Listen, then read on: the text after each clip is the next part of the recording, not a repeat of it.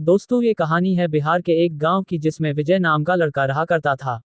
बचपन से ही पढ़ाई में होशियार विजय अपने मम्मी पापा की आखिरी उम्मीद था।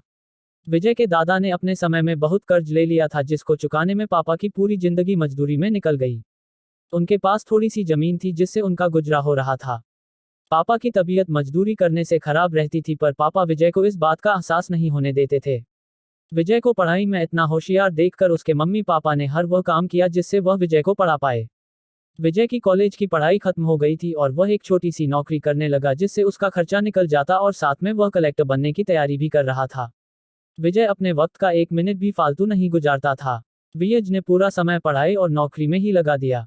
विजय के पापा को ये पता था कि वह कलेक्टर बनना चाहता है, इसलिए घर की हालत बहुत ज्यादा खराब होने पर भी उन्होंने विजय से कभी इस बात का जिक्र नहीं किया और न उसको अच्छी नौकरी करने के लिए कहा।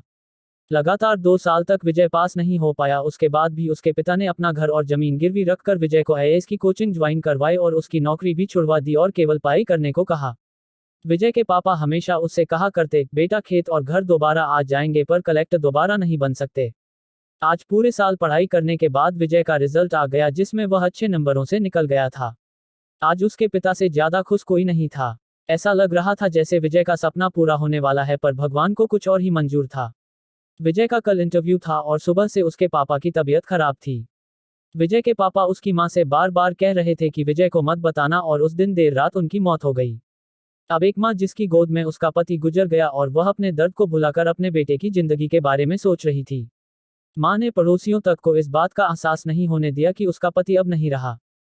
पूरी रात ऐसे रोई की आवाज भी न निकले और सुबह विजय जब इंटरव्यू देने जाने लगा तब मां और पापा के आशीर्वाद के लिए उसने मां को कॉल किया। मां ने पूरी हिम्मत लगा दी अपना सच छुपाने के लिए और विजय को आशीर्वाद दिया। और जब विजय ने पापा से बात करने को कहा तो मां बोली, पापा अब तुमसे बात नहीं करेंगे, वह कलेक्टर से बात करेंगे। इतनी बात करके मां ने फोन रख दिया। विजय का जब इंटरव्यू हो गया तब उसे बताया गया कि उसके पिता की तबीयत खराब है, उसको तुरंत घर जाना है। विजय को एक पल नहीं लगा अपने पिता की हालत समझने में।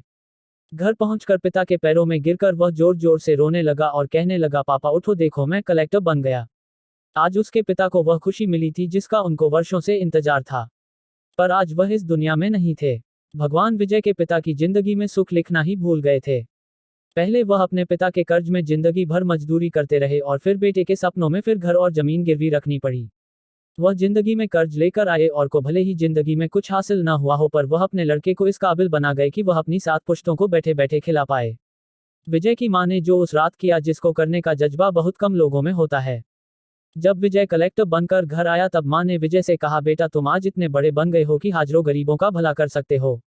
जब भी तुम्हारे सामने कोई गरीब मदद मांगने आए तो अपने पिता और मेरे बारे में सोचना। मैं तुम्हारे बराबर पढ़ी लिखी और समझदार तो नहीं हूं पर इतना जरूर जानती हूं गरीब आदमी की बहुत मजबूरी होती है।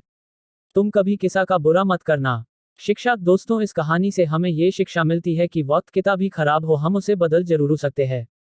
माँ और बाप के एहसानों को हम कभी नहीं उतार सकते हैं, पर हम अपने कर्मों से उनकी इच्छा जरूर पूरी कर सकते। यह आपने पढ़ा कि कैसे विजय के पिता का जीवन लग गया उसे कलेक्टर बनाने में। जब भी कोई किसी पोस्ट पर या जीवन में बहुत ऊपर किसी पद पर पहुंच जाता तब उसमें बहुत सारे लोगों की मेहनत और त्याग लगता है।